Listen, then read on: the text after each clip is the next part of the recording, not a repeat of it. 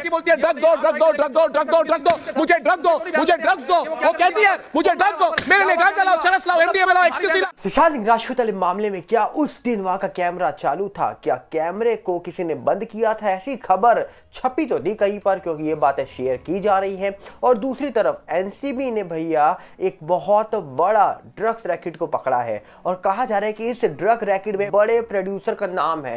Producer कौन है और प्रोड्यूसर क्या फरार हो गया है? ऐसी खबरें निकल के आ रही है सामने। यहां पर आगे बात करने से पहले आपसे अपील करेंगे, अगर आप इस चैनल के अंदर नए हो तो वीडियो को लाइक, वीडियो को शेयर और चैनल को सब्सक्राइब करना बिल्कुल मत भूलना। यहां पर सबसे पहले अगर हम बात करें तो आपको बता दिया जाए कि किस प्रकार सुशांत सिंह राजपूत की डेथ 14 जून 2020 को बताई जाती है। और उसी के बीच एक न्यूज पोर्टल का एक आर्टिकल सामने निकल के आता है जिसमें लिखा होता है कि सेंट्रल एजेंसी ने जब एग्जामिन किया था कैमरा रिकॉर्डिंग को तो कहा जा रहा था कि वो टेम्पर किया गया था। उस सेम डे पर 14 जून को कहा जा रहा है कि कोई टेक्निकल ग्लिच आया था और टॉप सीबीआई सोर्स ने बताया था, जो एजेंसी है उनके एक सोर्स ने बताया था कि सीसीटीवी फुटेज कलेक्ट किया है, एग्जामिन किया है कुछ लोगों ने। जिसके बाद कहा जा रहा है कि सीबीआई की टीम ने जब सीसीटीवी कलेक्ट करा, डीवीआर को कलेक्ट करके उसको फॉरेंसिक एग्जामिनेशन के लिए भेजा, तो टॉप सोर्स ने बताया कि सीसीटीवी काम कर रहा था सेम डे पर।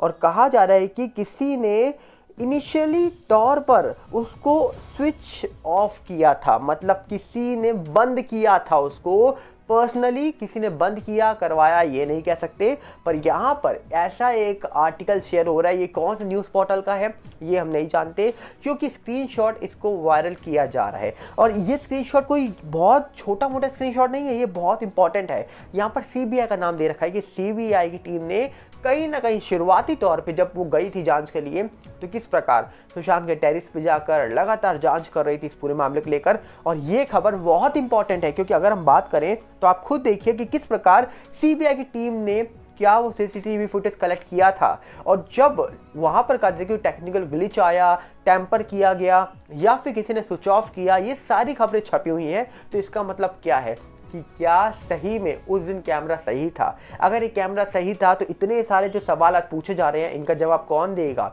आखिरकार किसने कैमरा बंद करा, क्यों बंद करा, कौन आया था वहाँ, क्या करने आया था, क्या हुआ उसके साथ? और कहीं ना कहीं सोचिए एम्बुलेंस को लेकर बातें हुई, 13 की रात को पार्टी की बातें हो रही थी, आखिरकार वो टेरिस पे सीबीआई की टीम क्यों गई थी, आखिर सुशांत के साथ घर पे क्या हुआ, बाहर क्या हुआ, रिया को सुशांत घर छोड़ने गए थे, रिया क्या सुशांत सिंह राजपूत की दीदी के जाने के बाद वापस आ गई थी?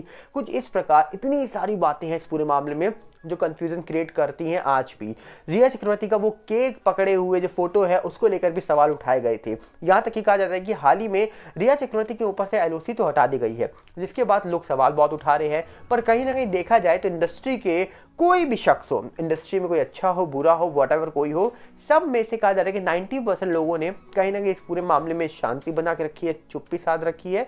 और जो बोलते हैं वो मेंटल हेल्थ को लेकर बात करते हैं, वो डिप्रेशन को लेकर बात करते हैं, वो कहीं ना कहीं बात करते हैं कि इस पूरे मामले में गलत कदम नहीं उठाना चाहिए था उसको, उसने क्यों ऐसा कदम उठा लिया। पीछे जो रहते हैं लोग कहीं ना कहीं भैया वो लोग क्या सोचेंगे, कुछ इस प्रकार बातें अगर की जा रही हैं तो आप सोचिए कि भैया छोटा मोटा मामला तो ये रह ही नहीं गया। छोटे मोटे मामले में इतनी सारी डाउट्स क्रिएट होते ही नहीं है। और जबकि एक टॉप एजेंसी इस पूरे मामले को लेकर बात कर रही है, टॉप एजेंसी इस पूरे मामले को लेकर सामने बातें रख रही है, तो आपको क्या लगता है कि आखिरकार इस पूरे मामले में क्या वो सच है जो सामने आना चाहिए, क्या वो सच है जिसको लेकर बातें होनी चाहिए? अब ये तो आने वाले वक्त में पता लगेगा। पर आज आपको जो बताने वाले हैं हम कि बॉलीवुड से एक बार फिर से ड्रग्स कनेक्शन जुड़ गया है। 2020 में जब समीर वानखेड़े जी जांच कर रहे थे तब एक बार ड्रग्स कनेक्शन जुड़ा था बॉलीवुड से, पर अब फिर से एक और कनेक्शन जुड़ा है बॉलीवुड से, और ये बॉलीवुड के एक बड़े प्रोड्यूसर से जुड़ा है। 2000 करोड़ की ड्रग्स मिली है ऐसा दावा किया जा रहा है। आपको बता दिया जाए दिल्ली पुलिस और एनसीबी का एक जॉइंट ऑपरेशन था जिसमें 3 लोगों को गिरफ्तार किया है और कहा जा रहा है कि बहुत बड़ी मात्रा में ड्रग्स बरामद की गई है जिसकी कीमत 1000-2000 करोड़ के आसपास बताई जा रही है। दावा ये हो रहा है कि भैया सूखे नारियल के अंदर भर भर के भेजी जा रही थी, जिसमें बॉलीवुड के एक बहुत बड़े प्रोड्यूसर का नाम आ रहा है, जिसकी मार्च में एक फिल्म आने वाली है। ऐसी चीजों को लेकर बातें की जा रही है। अब मार्च में कौन सी फिल्म आने वाली है, कौन सा वो प्रोड्यूसर है जो गायब हो गया है, जिसके खिलाफ लुकआउट नोटिस जारी कर दिया गया है। और भैया कहा जा रहा है कि वो प्रोड्यूसर मिल नहीं रहा है, बड़ा प्रोड्यूसर होगा, क्योंकि 1-2 करोड़ की ड्रग्स की बातें हो रही हैं। मार्च में फिल्म आने वाली है। अब कौन सी मार्च में फिल्म आने वाली है इसके बारे में जब खबर निकल के आएगी तब निकल के आएगी। पर एक बार फिर से 2024 आते आते बॉलीवुड से ड्रग कनेक्शन दोबारा से जुड़ना शुरू हो गया है। और कहीं ना कहीं 4 सालों में फिर से एक बार क्या बॉलीवुड के साथ ड्रग कनेक्शन जुड़ा है? क्या अब फिर से समीर वानखेड़े जी को लाया जाएगा? क्या फिर से बॉलीवुड से उन लोगों को निकाला जाएगा जो ये ड्रग्स का कारोबार कर रहे हैं? और ये कौन से प्रोड्यूसर हैं जिनको लेकर बातें हो रही हैं, खबरें छापी जा रही हैं? अब देखने वाला विषय है, क्योंकि अभी हाल ही में आपको हमने बताया था कि किस प्रकार बिग बॉस 16 के 2 कंटेस्टेंट थे, अब्दू और दूसरे थे शायद शिव ठाकरे। कहा जा रहा है कि दोनों ने जिससे पैसा लिया था अपने स्टार्टअप में लगाने के लिए, भैया वो ड्रग्स का कारोबारी था। और कहा जा रहा है कि जैसे ही पता लगा पुलिस को या एनसीबी को, तो उन्होंने शिव ठाकरे और अब्दू को बुलाया पूछताछ के लिए ईडी ने, जिसके बाद कहा जा रहा है कि ईडी ने पूछताछ करी उनसे, जिसके बाद उन्होंने बताया कि किस प्रकार उन्होंने उनसे पैसा लिया था अपने स्टार्टअप में लगाने के लिए। जैसे उनको पता लगा कि वो ड्रग डीलर है, क्योंकि वो ड्रग डीलिंग से जो पैसा कमाता था वो लोगों को इन्वेस्ट करने के लिए देता था, और जब पता लगा उनको तो उन्होंने अपना भैया कॉन्ट्रैक्ट कैंसिल कर दिया उस इंसान के साथ। और कहा जा रहा है कि वो इंसान शायद पकड़ा गया, नहीं पकड़ा गया ये तो पता नहीं, पर कहा जा रहा है कि भैया वो ड्रग डीलिंग करके इन्वेस्ट करवाता था लोगों से पैसे। मतलब सोचिए 2 नंबर का पैसा 1 नंबर पे इन्वेस्ट हो रहा है।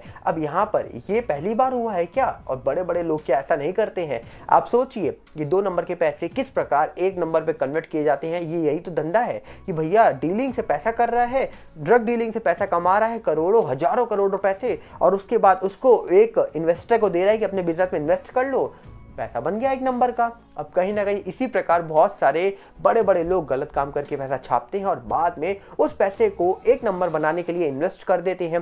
तो अब आपको क्या लगता है कि आखिरकार कि एनसीबी क्या अब उस प्रोड्यूसर को पकड़ने वाली है? क्या वो प्रोड्यूसर पकड़ा जाएगा? आपको क्या लगता है ये कौन सा प्रोड्यूसर होगा जो भैया बॉलीवुड में रहकर आज भी ड्रग्स का धंधा जमकर कर रहा था? करोड़ों की ड्रग्स पकड़ी गई है, 3 लोग गिरफ्तार हुए हैं, अभी भी कई लोगों की तलाश है। और ये इंटरनेशनल रैकेट है। कहा जा रहा है कि ऑस्ट्रेलिया और न्यूजीलैंड में ये ड्रग्स ज़्यादा यूज़ होती हैं जो ड्रग्स पकड़ी गई है। और कहा जा रहा है कि दिल्ली पुलिस और एनसीबी के जॉइंट ऑपरेशन से ये कामयाबी हाथ लगी है। तो ये प्रोड्यूसर कौन है इसके बारे में खबर निकल के आएगी तो जरूर आपको बताएंगे। पर अगर ये बहुत बड़ा प्रोड्यूसर हुआ तो मुझे नहीं लगता कि सामने नाम आने वाला है, क्योंकि आपको याद है जब सुशांत केस हुआ था तो कई लोगों के नाम के पहले शब्द और उनकी उम्र वायरल की जा रही थी कि भैया इनके भी नाम है एनसीबी की चार्जशीट में या एनसीबी की रडार में, ये लोग भी हैं बॉलीवुड के, पर उनका नाम कभी सामने नहीं आया। जबकि उनके शब्द, नाम के जो पहला शब्द था वो वायरल हुआ, उनकी उम्र वायरल हुई, ये न्यूज़ वालों ने खुद करी थी, पर उनका नाम एक्चुअली पे कभी बाहर लाया ही नहीं गया। तो अब आपको क्या लगता है कि बॉलीवुड का ये कौन सा प्रोड्यूसर होगा जो करोड़ों की ड्रग्स मंगवा रहा था? कमेंट बॉक्स में बताइएगा। हम मिलेंगे बहुत जल्दी। साथ में अपील करेंगे अगर आप इस चैनल के अंदर नए हो तो वीडियो को लाइक, वीडियो को शेयर और चैनल को सब्सक्राइब करना बिल्कुल मत भूलना। और साथ में हमारा नया चैनल सागर भल्ला 18 जो यूट्यूब का है, इंस्टाग्राम का सागर भल्ला 18 और फेसबुक का सागर भल्ला है, सबके लिंक डिस्क्रिप्शन में है, जाइए और जुड़िए। और टेलीग्राम चैनल का भी लिंक डिस्क्रिप्शन में ही है। मिलते हैं बहुत जल्दी। नमस्कार, जय हिंद।